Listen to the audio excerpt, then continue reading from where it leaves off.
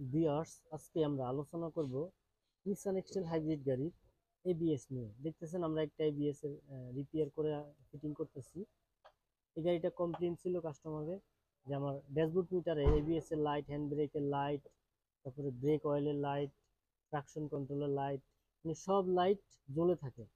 এই কমপ্লেইন নিয়ে আমাদের কাছে নিয়ে আসে, পরে আমরা চেক করে দেখলাম যে এবিএস পাম্প মোটরের কোড।